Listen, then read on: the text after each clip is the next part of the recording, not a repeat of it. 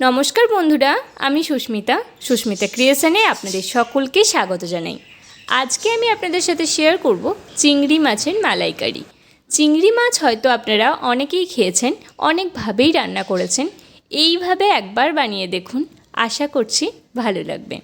চলুন তাহলে এই রেসিপিটা স্টার্ট করা যাক। প্রথমেই 2 চামচ নারকেল কোড়া আর 2 চামচ পরিমাণে দুধ দিয়ে একটা পেস্ট বানিয়ে নিচ্ছি। আর তারপরে সামান্য পরিমাণে পোস্ত, সর্ষে, মৌরি আর 5টা মতন আমন্ড নিয়ে সেটাকেও বেটে নিচ্ছি। এরপর কাঁচা লঙ্কা, আদা, রসুন, টমেটো বেটে নিচ্ছি।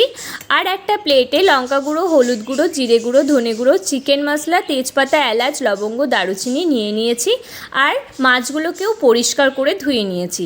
এরপর মাছগুলোকে ম্যারিনেট করে নেওয়ার জন্য দিয়ে দিয়েছি হলুদ গুঁড়ো আর লঙ্কার গুঁড়ো। এরপর এটাকে ভালো করে ম্যারিনেট করে নিতে হবে। মাছটা ম্যারিনেট করে নেওয়া হয়ে গেলে একটা সাইডে রেখে দিচ্ছি। আর গ্যাসে একটা কড়াই বসিয়ে দিচ্ছি। কড়াইয়ের মধ্যে 1 চামচ পরিমাণে ঘি আর 3-4 চামচ পরিমাণে সর্ষের তেল দিয়ে দিচ্ছি। তেল গরম হয়ে গেলে মাছগুলোকে একে একে দিয়ে দিচ্ছি। মাছগুলো কিন্তু বেশিক্ষণ ভাজা চলবে না, কিছু সেকেন্ড আমি মাছগুলোকে ভেজে নিচ্ছি। এপিট ওপিট করে আমি এগুলোকে ভেজে নিচ্ছি। আমার এটা ভাজা হয়ে গেছে। এবার আমি মাছগুলো তুলে নেব। এরপর ওই তেলের মধ্যে গোটা গরম মশলাগুলো দিয়ে দিলাম আর কুচিয়ে রাখা পেঁয়াজ দিয়ে দিলাম। এবার পেঁয়াজটাকে ভালো করে ভেজে নেব।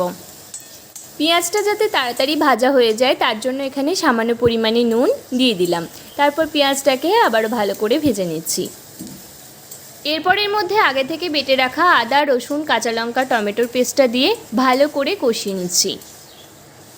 একটু কষানো হয়ে গেলে আমন্ড, পোস্ত, সর্ষে আর মৌরির যে পেস্টটা করে রেখেছিলাম সেটা এর মধ্যে দিয়ে আবারও ভালো করে কষিয়ে নিচ্ছি। এরপর এর মধ্যে গুঁড়ো মশলাগুলো দিয়ে আবারও ভালো করে কষিয়ে নিচ্ছি।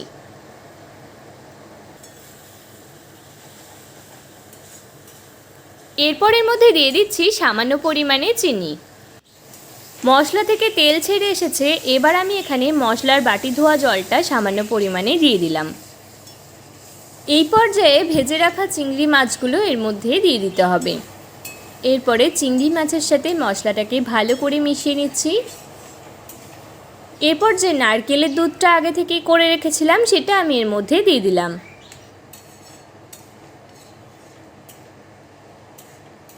এরপর স্বাদ বুঝে নুনটা দিয়ে দিচ্ছি।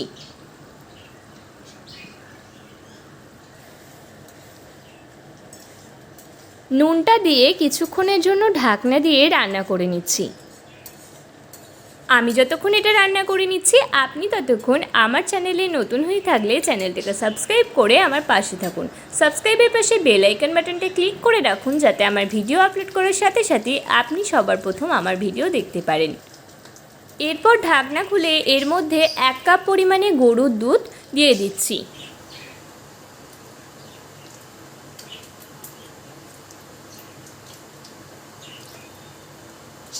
এই পর্যায়ে গ্যাসের আঁচ একদম লোতে রাখবেন।